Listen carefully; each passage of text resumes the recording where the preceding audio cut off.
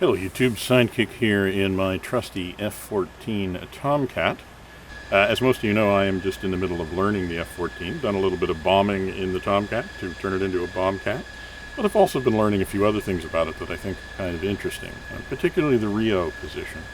I mean, obviously the centerpiece of the Rio seat is the AWG-9 or AWG-9 radar. Now, there's a lot out there about the controls for the radar and some decent discussion of how to use it. So I'm not going to go into that, but I have found that there is not a lot out there that explains the AWG-9. I haven't found a lot that provides concrete examples, for instance, how to use it in various situations. And particularly, I haven't found a lot of descriptions of how it would have been used in the way that it was intended when the F-14 was designed. Most people are far more interested in using it in a much more modern context that would have been typical at the end of the F-14's life instead of the beginning. So in this video, I'm going to use the AWG-9 to do the simplest task in the book. And then I'm going to talk a little about the AWG-9, why it does what it does, and why that matters. So the mission we're going to fly is literally the one that the F-14 was likely called upon to do more than any other. And it was the one that the F-14 was sort of specially designed to do, and that is to intercept a large land-based bomber approaching a carrier task group at long range. Now, in a conflict, the F-14 was uniquely designed to destroy those bombers at extreme range using the Phoenix missile.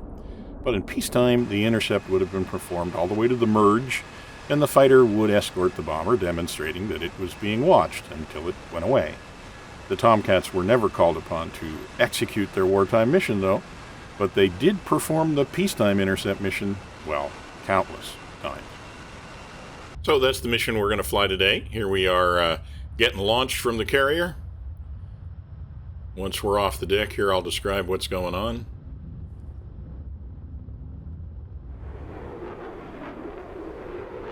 Alright, the gear is up and the flaps are coming up. So we're just taking off from the carrier because an E-2C Hawkeye has spotted a bogey about 150 or so nautical miles from the carrier inbound. It's expected that this is just a Soviet patrol aircraft, probably a Tu-142 Bear. We have been dispatched to go find him and effectively see him off. So we have a vector to his last known approach vector, and we're going to climb out to 20,000 feet or so, and then we're going to start looking for the target, and then we're going to perform a standard intercept. So that's what's on the plate for today. So while we're climbing out here, let's start talking a little bit about the F-14 and the AWG-9 radar and why it was such a huge advance over radars of the time. And really to understand it, maybe let's talk a little bit about how the F-4 fared in Vietnam, because the F-4 was really the first U.S. fighter to carry an air-to-air, airborne radar that was capable of guiding air-to-air missiles. Okay, we're almost up to altitude here, so I'm just going to roll over, level out, and then we will start actually looking for a target using the AWG-9.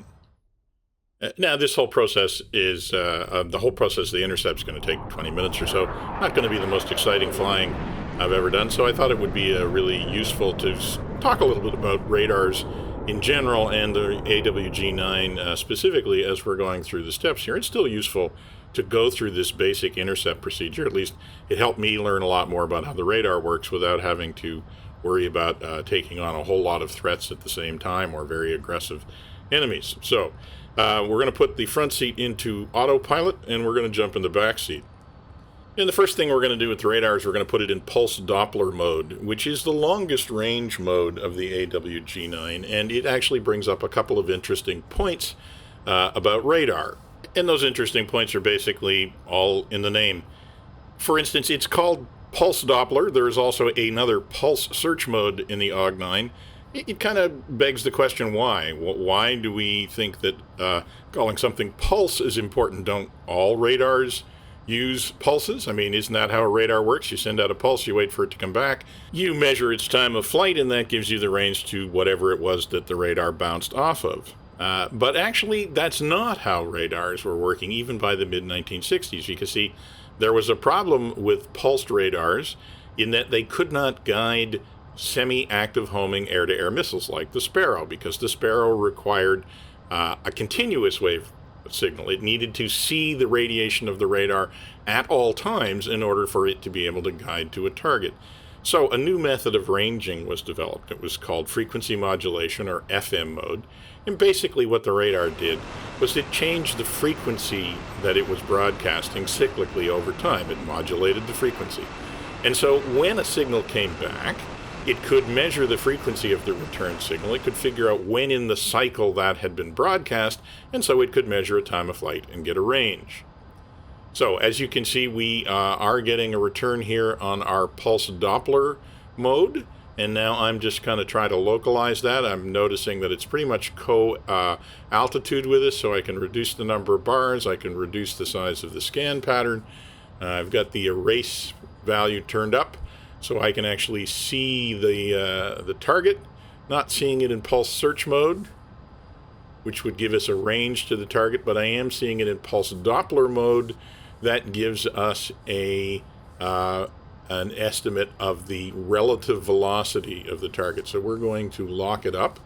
And once I've done that, we'll talk a little bit about why Doppler is useful for that particular function.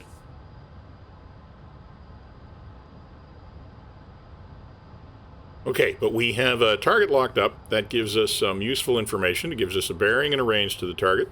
Gives us a closure speed over there on the right-hand side, and it also gives us an aspect angle, which is about left 20. We're going to make use of that when we start doing the intercept. I'll explain the concept of collision steering, and we have put it in collision mode. That's not showing on the pilot's display at this point because we haven't got into air-to-air mode yet. But we're going to put the TID, the tactical information display, up on the lower monitor so we can see the symbol and also the data associated with the target. So just taking myself out of autopilot mode here. And now I'm going to steer directly towards the target, at least for the time being. It's still 140 miles away, so we have quite a bit of time to set up our intercept. So for now, I'm just going to get pointed straight at the target. Now I'm going to get into air-to-air mode, and this is going to give me a steering cue. Now, the steering cue is not going to steer me directly at the target. It's going to steer me to a point in space where I would intercept the target if it continues to fly in the same direction. This is called collision steering. And you'll know you're on a collision course, not only when you are following the collision steering cue, but also when the closure vector, the line that comes out of the target on the TID, if that line points directly at you, then you are moving directly towards the target, which doesn't mean you're pointed at the target. It means that you're pointed at the same point in space that the target is, basically. You're both going to arrive at one point at the same time, and that's why it's called collision steering. So we get the dot under the T, we check the tactical information display, and we are indeed on a collision course with our target, which is where we want to be. Let's talk a little bit more about the whole concept of Doppler mode radar. You may have heard of Doppler mode radar. It was really one of the huge advances in radar technology in the 60s, and one that's actually still relied on today. It made use of the fact that when radar waves are reflected by a target, their wavelength is shifted by the motion of the target. Waves bouncing off a target that's moving towards you have their wavelength shortened and their frequency increased, and waves bouncing off targets moving away from you have their wavelength lengthened and their frequency decreased. You know, it's the same thing that happens to sound waves, which is why you kind of get the meow effect as something approaches you and goes by you. As it approaches you, the pitch goes up, and as it goes by, the pitch goes down. You can see in the background, we're just looking at a whole bunch of things as we're closing the range. We're still at a good distance from the target. I've been looking at the Phoenix missiles and looking at the steering cues for the Phoenix. We're not intending to employ those today. I'm just kind of getting familiar with how to enable them and what the symbology looks like. We're also looking at the ground stabilized mode. But anyways, let's go back and talk about Doppler mode again. The reason that Doppler mode was so big was because by making use of this effect, radar designers were able to make radars that could very sensitively detect the relative motion of an object with respect to the radar. This was important for two reasons. First, it allowed them to tell whether or not your target was coming at you or going away, but critically, it also meant that moving objects could be separated from ground clutter. And remember, in the early radar, like the one in the F4, the APQ-72, when you illuminated a target aircraft below you, your radar would be getting returns not only from the target, but from the ground as well, and there was no way to tell which was which. So radar targets would get lost in the ground clutter, which meant you could not look down. Critically, it also meant that if you launched a semi-active radar-guided missile like the Sparrow at a target, a missile which depended on you continuing to track the target in order to guide it, it meant that after launching the missile, the target dropped below you, you could lose lock, and therefore you couldn't shoot down either. The AWG-9 was really one of the first radars to offer a true look-down, shoot-down capability, and this was huge because the lack of this capability in the F4 had been one of the main reasons that the AIM-7 Sparrow had such a dismal track record in Vietnam. Once enemy pilots discovered that they could break the lock by diving towards the ground, the missile became pretty easy to defeat. Well, you can see in this view that the Rio's job, once the target's locked up and the pilot is watching his cues, is to keep looking outside the cockpit. I wish I was doing as good a job as this gentleman is. At any rate, there's something happening now with the display that's very important to notice. You can see that our steering cue, is suddenly slipping way off to the left. And the reason for this, if you look at the TIDs, you'll find that the target is actually changing its heading. So essentially the target is turning to the right, so our intercept point, our collision point, is moving quite far to the left. Now, we're going to go chase that cue, but the problem is at some point it's going to move, going to have to start getting concerned because it's going to move so far off to the left that we may be getting the radar close to gimbal lock. We may not be able to continue on this collision course, this pure collision course, indefinitely because we'll just end up with the target too far off the nose. So anyways, we'll get on the collision course again and then we'll take a look. We're pretty far off the nose. I'm a little bit concerned about using this course for very much longer. The range is getting down there, so maybe now it's time to take us out of collision steering mode.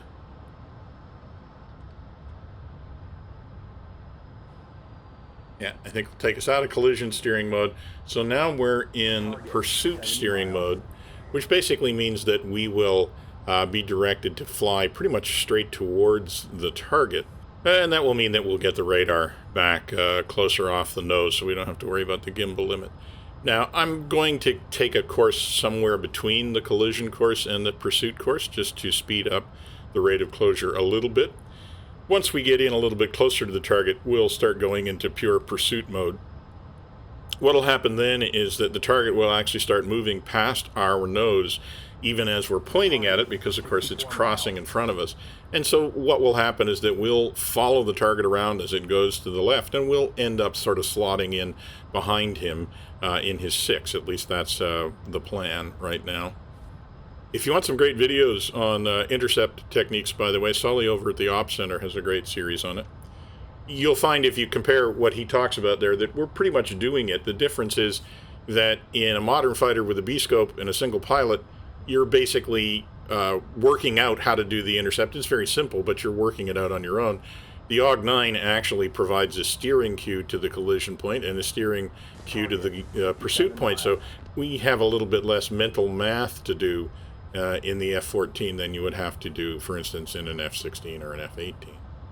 Now, in his videos, Sully basically gives you a rule, which is that you should really be going to pure pursuit when the aspect angle to the target is, well, in the Navy's case it would be 60 degrees, in the Air Force cases it would be 120 degrees, because of course the two measure aspect angle differently, but we're in a Navy jet. So when the aspect angle gets to about 60 degrees, we're going to definitely want to turn to pure pursuit.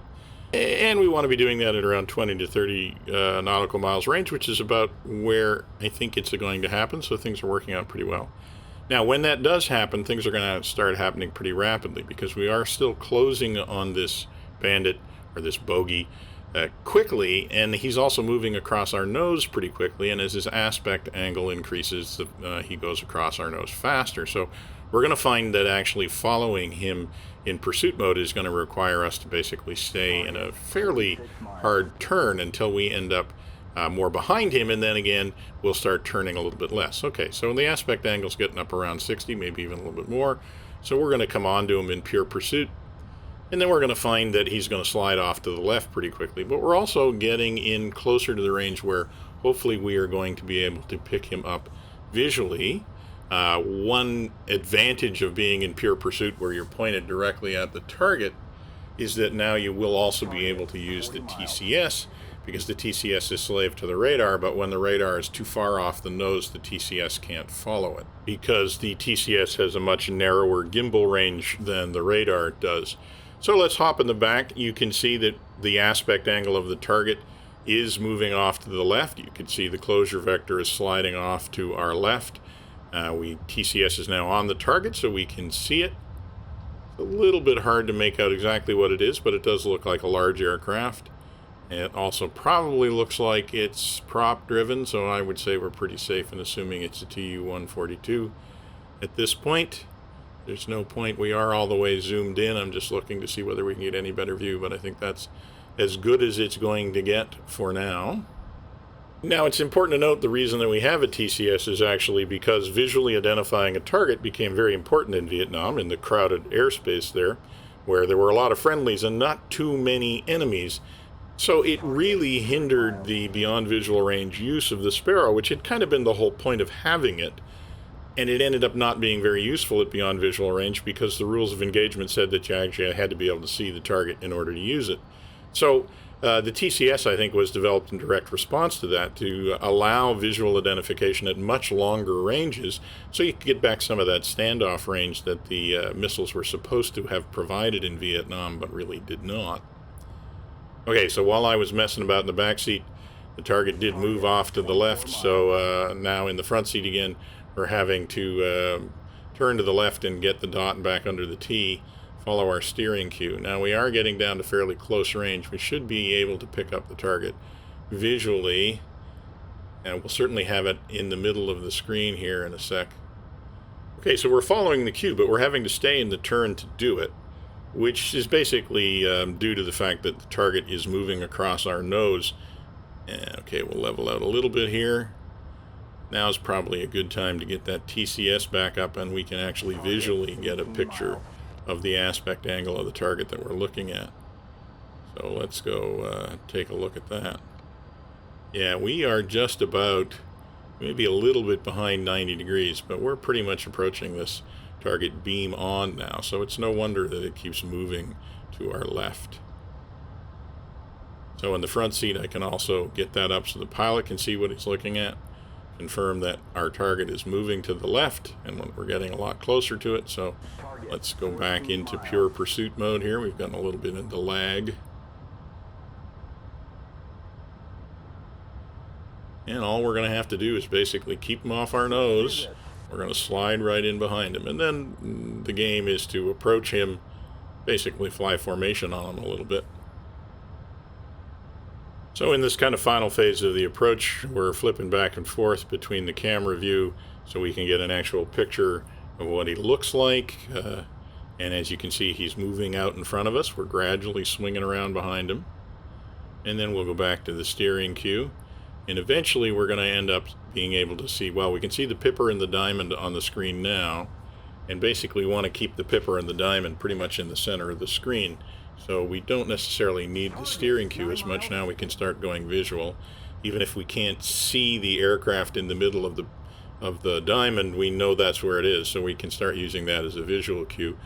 And we can use the camera to get an up-close picture of the target, which is what we would see if we could see him. So it actually works out as a really good system for doing this sort of swinging in behind the target 6, but at fairly long range, which is what we're doing. And as you can see, we're just swinging around behind him slowly. And you can also see, if you're watching, the scales on the left and right of the display, which tell you how far away we are and how far we're closing. We're still a little bit more than, say, 6 nautical miles, but our closure speed has dropped pretty significantly because we're chasing them from behind now. And we do want to manage that. We have no desire to catch them too quickly at this point. But we are almost in range, as it were, so the intercept has gone pretty well so far. So we haven't talked about a lot of the other modes in the AWG-9, so I'll probably do another video or two talking about things like range while scan and track while scan and why those were such a big deal in the AWG-9. And again, they were responses to capabilities that the F4 just simply didn't have, mostly having to do with being able to maintain situational awareness while also dealing with multiple bogeys at the same time. So we'll talk about those modes in another video. Basically, I have to get a little bit more familiar with how to use them. I know that experienced Tomcat pilots use TWS particularly kind of as the dominant mode they use. But I've enjoyed doing this with the simpler modes just to get a feeling for how the radar actually works. And kind of, as I said, this was the job the F-14 was designed to do. So it kind of helps me figure out exactly what people were thinking when they designed the aircraft and when they designed the radar. So as you can see, we're sliding in behind the target now. And I would say we can just about time to call this intercept complete. So I realize for experienced Tomcat pilots, there's probably a lot that I'm doing that is second nature to you. Maybe there are better ways of doing it. I'd be happy to hear about them. Oop, we just lost lock. That gives us a chance to practice one of the pilot-assisted radar modes. If we can get the Pipper over the target and designate it, then the radar will go into STT mode again and go back to giving us range and closure information, which is what we really want even at this stage. We can see the target visually, but it's nice to have the numbers. Okay, I think I'm going to basically call that mission complete. It was a good experience for me learning the basics of how to use the AWG-9 to do, what amounts to a very simple task, but one that the F-14 did a lot of times in its life. So I will leave you as I execute a inspection barrel roll around the bogey here. And for now, this is going to be Sidekick, signing off.